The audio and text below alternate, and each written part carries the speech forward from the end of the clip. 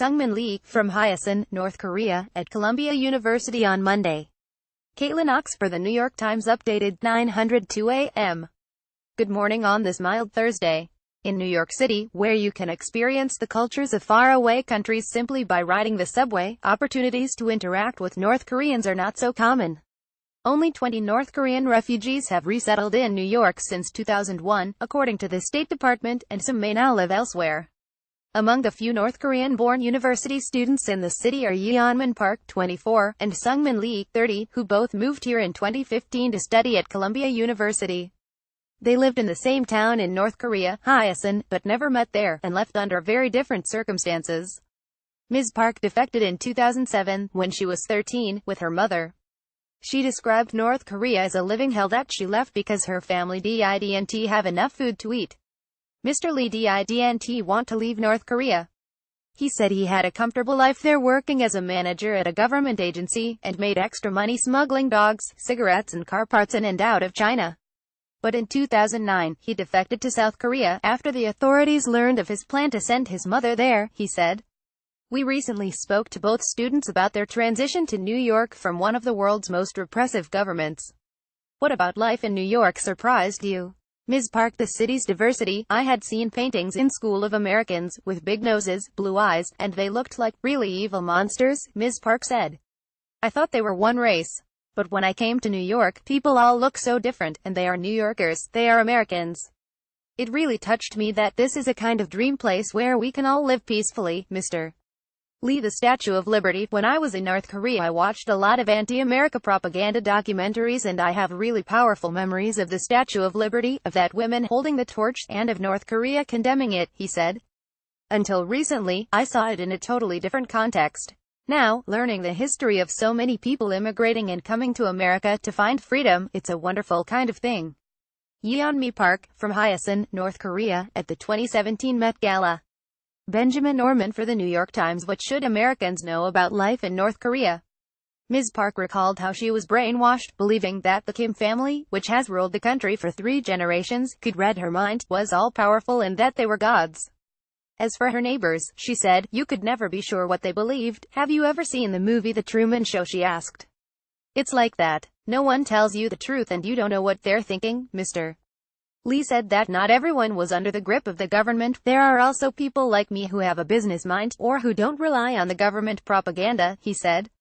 That social change is happening now in North Korea, but those changes are not yet strong enough to upset the system. How can the situation in North Korea be improved? Ms. Park firmly believes that pressure needs to be put on China if there is going to be change. Without China, there's no North Korea. There's no Kim, she said. Mr. Lee thinks change is possible from the ground up. The real weapon of North Korea is the isolation of the people. The international community needs to find some way to engage with the North Korean people. Here's what else is happening. Weather. Fall days don't get much better than this. And a gentle breeze will toss around any fallen leaves, and the sun will shine bright. The high is 72. That's not all. A string of sunny and mild days will take us through the weekend. In the news, New York has joined dozens of cities across the country in a bid for Amazon's second headquarters. New York Times. Manhattan's West Side is one of the neighborhoods that New York City is pushing as a possible location for Amazon's second headquarters. Edward Caruso for the New York Times. In a staunchly liberal city, the Republican mayoral candidate Nicole Maliotakis faces a tough road to City Hall. New York Times. The city's 3 library systems will forgive all fines for children 17 and under and unblock their suspended cards. New York Times. The Yankees beat the Astros 50 in Game 5 of the American League Championship Series. The Yankees lead the series 32. New York Times. The Harlem School of Arts, once deep in debt and temporarily closed, has not only recovered, but has found its footing. New York Times. A peek at the student-run theater company at Columbia University's medical school. New York Times. The 4th-year medical student Nicole Curadola, Center, rehearsing for her role as Jack's mother in the Bard Hall Players production of Into the Woods. Nathan Bahar for the New York Times. The New York City Department of Homeless Services has a new pilot program that will help pay homeless people's rent for up to 12 months if they find housing outside the city. Village Voice. The City Council is now reviewing a bill that would rename the Williamsburg Bridge after the jazz saxophonist Sonny Rollins. Bowery Boogie. What's the most popular candy among New Yorkers according to a new survey? It's Sour Patch Kids. NY1 elderly rent-regulated tenants in an East Village building face harassment from a developer who wants to force them out. Gothamist Today's Metropolitan Diary giving directions, with a twist for a global look at what's happening. See your morning briefing. Coming up today, how can you tackle climate change in your everyday life? A discussion with a leader from the Climate Reality Project at Jefferson Market Library in Greenwich Village, 6 p.m. Free. 3 professors discuss the Gabriel Garcia Marquez novel 100 Years of Solitude, in celebration of its 50th anniversary, at the New School in Greenwich Village, 6 p.m. Free. An outdoor screening of the film Casper at the Alfred E. Smith Recreation Center in Lower Manhattan, 6 p.m. Free. Learn how to create your own web series at the Cumble Theater in downtown Brooklyn, 6:30 p.m. Free. Rangers host Islanders, 7 p.m. MSG, MS2.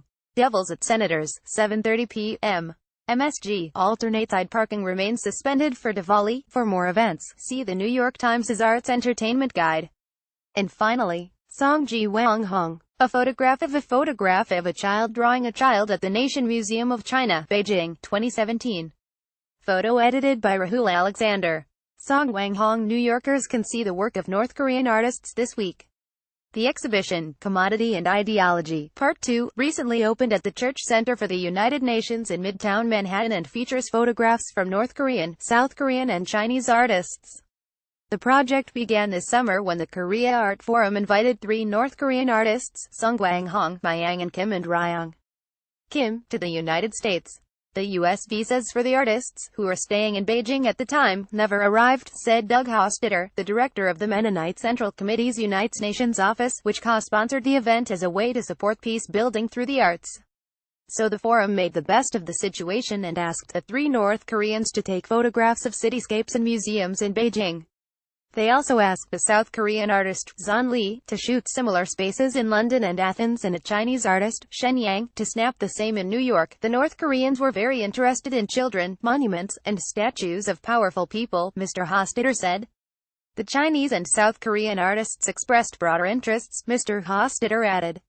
They were more interested in architecture and ordinary people in the street. For last Thursday's opening, diplomats from North Korea, South Korea and the United States were invited to attend. To Mr. Hostetter's surprise, representatives from both North and South Korea made appearances, but they declined our offer to introduce them to each other, he said. Still, Mr. Hostetter said, he has hope that the 2 sides will eventually meet. We'll be trying again at the closing. The free exhibition is open from 9 a.m. to 6 p.m. on weekdays and 10 p.m. to 4 p.m. on the weekends. It closes on Saturday. New York Today is a morning roundup that is published weekdays at 6 a.m. If you don't get it in your inbox already, you can sign up to receive it by email here. For updates throughout the day, like us on Facebook. What would you like to see here to start your day? Post a comment, email us at nytoday@nytimes.com, or reach us via Twitter using nytoday. Follow the New York Today columnists, Alexandra Levine and Jonathan Wolfe, on Twitter.